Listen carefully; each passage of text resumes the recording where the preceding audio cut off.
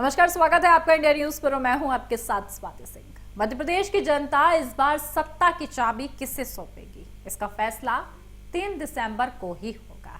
इससे पहले सत्तारूढ़ बीजेपी और विपक्षी कांग्रेस पार्टी ने चुनाव अभियान तेज कर दिया है। ऐसा ही एक भोपाल की दक्षिण पश्चिम सीट है जिसका फैसला झुग्गी झोपड़ियों में रहने वाले लोग करते हैं। यहाँ करीब 1 लाख लोग स्लम एरिया में रहते हैं, जिसमें से लगभग 65,000 वोट जीत हासिल करने के लिए पर्याप्त हैं। कांग्रेस और बीजेपी दोनों इस सीट के लिए अपने उम्मीदवार के नाम का आखिर तक ऐलान नहीं किया गया। इस सीट पर निवर्तमान कांग्रेस विधायक पीसी शर्मा का मुकाबला भाजपा के भगवान दास सवनानी से होगा। यह सीट दशकों से बीजेपी का गढ़ रही है। 2018 में शर्मा की जीत का श्रेय स्मार्ट सिटी के विकास और सरकारी कर्मचारियों के प्रति नाराजगी को दिया गया। यहां तक कि ये निर्वाचन क्षेत्र में बड़ी संख्या में मतदाता हैं।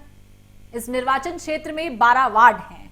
प्रत्येक नेता का अपना गढ़ है जो वोट का प्रभावित कर सकते हैं या सबसे खराब स्थिति में तटस्थ रह सकते हैं। पिछले बीएमसी भोपाल नगर निगम चुनाव में कांग्रेस के अमित शर्मा अपनी पार्षद सीट हार गए थे।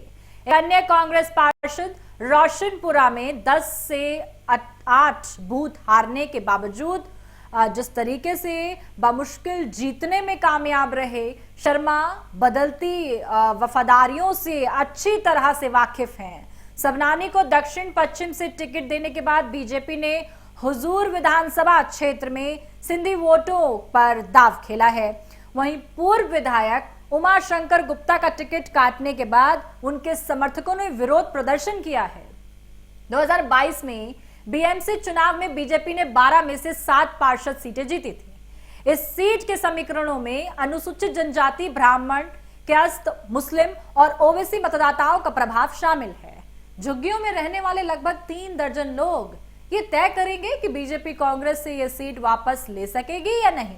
निर्वाचन क्षेत्र में चुनाव प्रचार अभी भी गति नहीं पकड़ पाया है।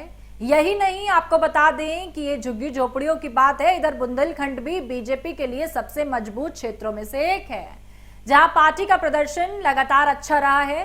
2018 में इस क्षेत्र की 26 सीटों में से बीजेपी ने 16 सीटों पर जीत दर्ज की थी, जबकि कांग्रेस ने 8 सीटें जीती थी। एक सीट बासपा और सपा ने जीती थी। यहां तक कि बिजावर से सपा विधायक राजेश मिश्रा अब बीजेपी में है। इस क्षेत्र में ओबीसी और ब्राह्मण मतदाताओं की मजबूत उपस्थिति है। अधिकांश सीटों पर इस जाति के नेताओं का कब्जा है। यहां तक कि यूपी की सीमा से सटे इस क्षेत्र में यादव आबादी को देखते हुए कुछ सीटों पर समाजवादी पार्टी भी चुनाव लड़ती है। कांग्रेस क्षेत्र के आर्थिक पिछड़ेपन को मुद्दा बना रही है। इस क्षेत्र में पिछड़ेपन के लिए कांग्रेस सत्तारूढ़ बीजेपी पर क्षेत्र में विकास की अनदेखी का आरोप लगा रही है। शिवराज कैबिनेट में 4 मंत्री इसी क्षेत्र से हैं। ओवैसी में लोधी मतदाताओं को आकर्षित करने के लिए उमा भारती के भतीजे और खरगापुर से विधायक राहुल लोधी को हाल ही में कैबिनेट में शामिल किया गया है।